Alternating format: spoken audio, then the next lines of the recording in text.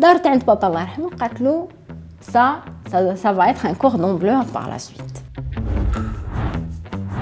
Maroco-algérienne, عشت في المروك, دخلنا للجزائر en 2012. من بعد j'ai eu une carrière dans l'automobile. Un jour, بديت نهضر مع اختي الكبيرة على le fait qu'on ait les deux cultures. Elle me fait effectivement صح, عندنا deux cultures, pourquoi ne pas faire connaître la culture culinaire marocaine في الجزائر.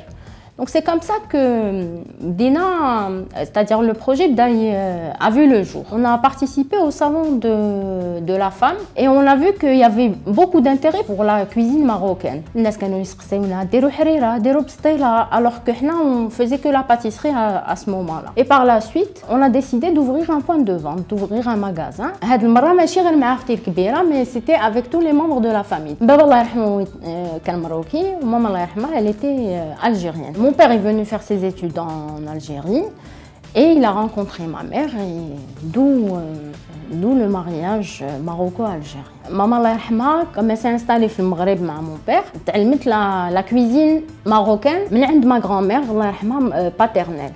Donc en fait, ma mère, c'était quelqu'un de très perfectionniste. C'est-à-dire, s'il lui manquait un ingrédient, elle annulait la recette حتى اللي يكون عندها l'ingrédient. Et elle suivait les recettes à la lettre. C'est-à-dire, oui, لازم 100 grammes, c'est 100 grammes, pas 101 grammes, pas 99 grammes. En fait, كي كنا نروحوا en vacances عند mes grands-parents, جداتي الله يرحمها tellement كانت تفرح بينا le fait que جيناها en vacances, elle préparait la fameuse bastela marocaine. Donc ça lui prenait peut-être 2 jours, 1 jour, 3 jours pour préparer.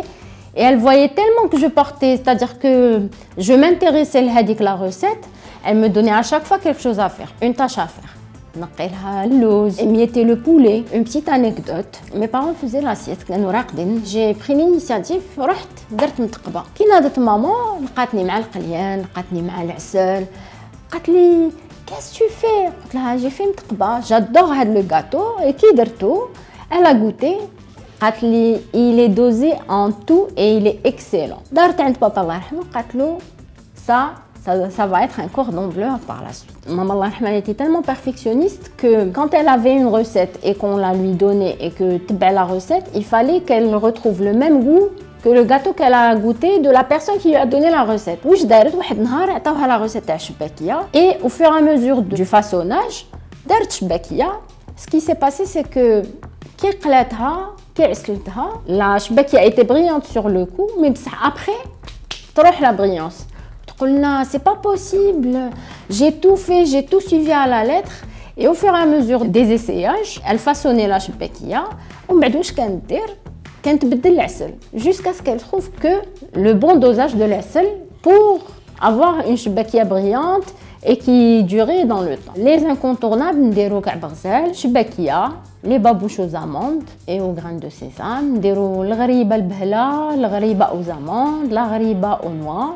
On fait aussi Silou, qui est un incontournable marocain, que ce soit pour Ramadan ou là pour les nefset. On fait aussi le bjmat, ce qu'on appelle aussi faqas hlou, qui se rapproche un peu du croquis, mais qui n'a rien à voir avec le croquis algérien. On propose aussi une spécialité salée, il y a la bastela marocaine. Le fait de faire connaître la cuisine marocaine et la pâtisserie marocaine aux Algériens qui ne connaissent la cuisine marocaine. Et le deuxième objectif, c'est de permettre aux clients qui sont au Maroc, qui sont au Maghreb, d'accroître la cuisine marocaine et les gâteaux marocains et la bastela marocaine. Et ils trouvent la même chose chez Adielis.